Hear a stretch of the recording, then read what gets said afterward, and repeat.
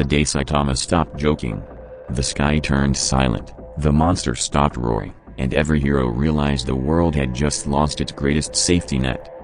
That line became the warning whispered across every screen, every radio, every rooftop. Saitama, once the guy who treated apocalyptic threats like mild inconveniences, stood at the center of a ruined street, unblinking, unmoving, and terrifyingly focused. For years, people thought his jokes were part of his charm. But now, without that grin, without that lazy shrug, the world saw what he truly was, a force that didn't need anger to be dangerous. Just intention. And for the first time, his intention wasn't hidden behind boredom. It was sharp, cold, and real. Something inside him had finally snapped into place. Genos was the first to feel it, the heavy pressure rolling off Saitama like a silent wave, bending the air without making a sound. He approached carefully, almost afraid his metal body would crack under the weight of his teacher's seriousness. "Sensei," he whispered, "what's happening?" Saitama didn't look up. His fist was clenched so tightly the concrete beneath him had split into spiderweb fractures. His eyes weren't empty like before, they were focused, calculating, like someone who had finally decided to stop pretending. "I've held back long enough," he murmured. That was all it took. Every satellite monitoring him sent emergency alerts.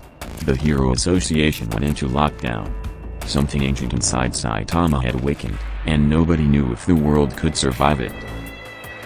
The Hero Association gathered the S-Class in a panic. Even Tatsumaki, usually smug and fearless, kept glancing at the floor as if it might suddenly collapse. "If he's serious," she said quietly, "we're not stopping him." Metal Knight tried analyzing Saitama's rising energy signature, but his scanners looped, then overheated, then died entirely. The system diagnosed the impossible, too such power to measure. Meanwhile, Saitama walked through the city without a sound.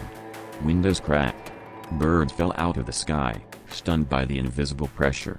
People didn't run, they simply knelt, instinctively, like prey sensing a predator beyond comprehension. Saitama wasn't angry. He wasn't emotional at all. He was simply awake. And the world trembled under the weight of the version of him he'd always hidden.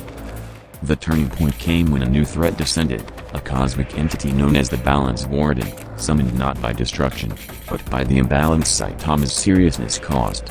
Its arrival darkened the sky and warped gravity, but Saitama didn't even glance up.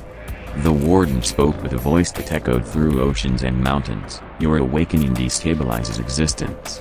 Return to apathy, or face judgment." Saitama finally looked at it, one calm, focused stare. The Warden trembled. Planets shouldn't fear mortals, yet this one did. "I don't care about your balance," Saitama replied. He didn't raise his voice. He didn't pose dramatically. He just spoke. And reality itself seemed to flinch.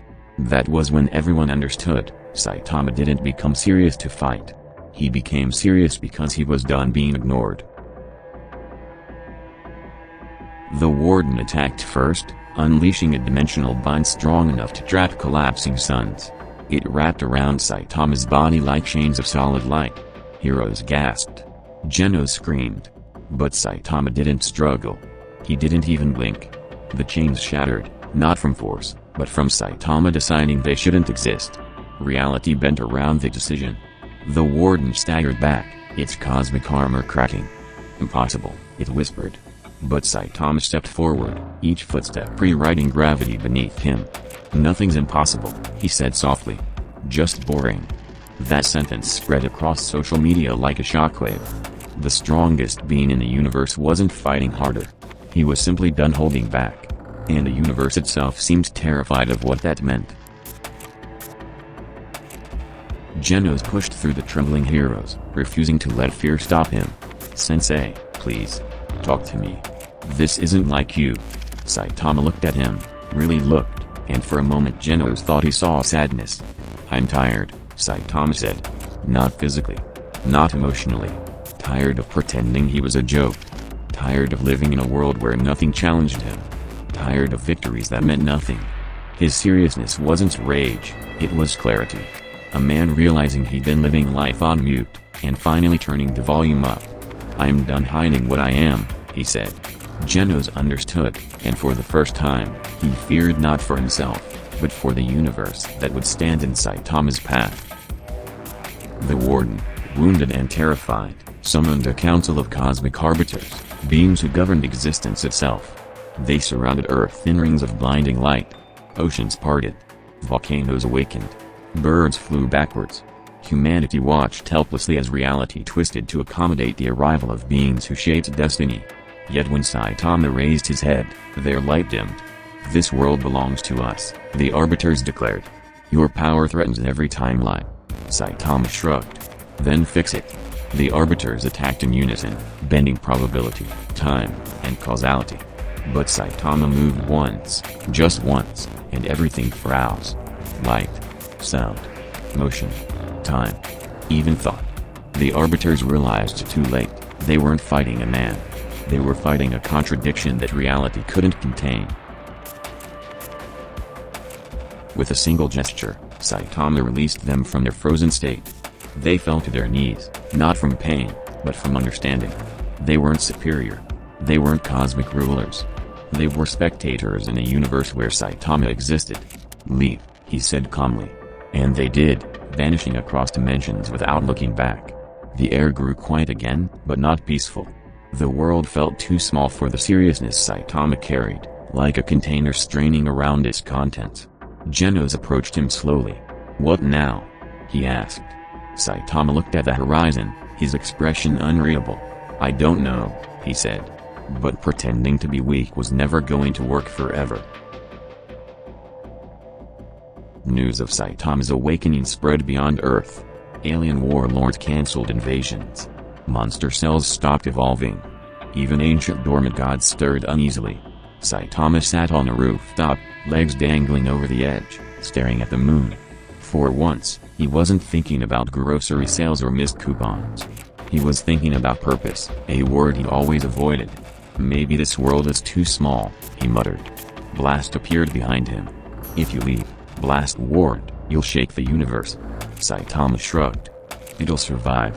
Blast studied him quietly before asking, "And if it doesn't?" Saitama didn't answer.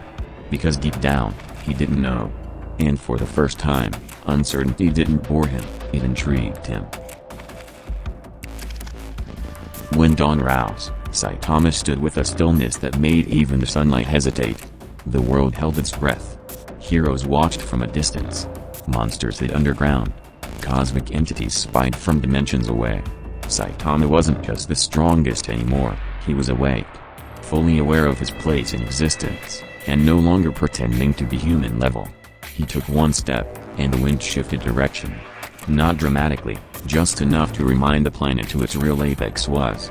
"If I'm going to exist," he whispered, "I might as well stop sleepwalking through life." No grin. No jokes. Just truth.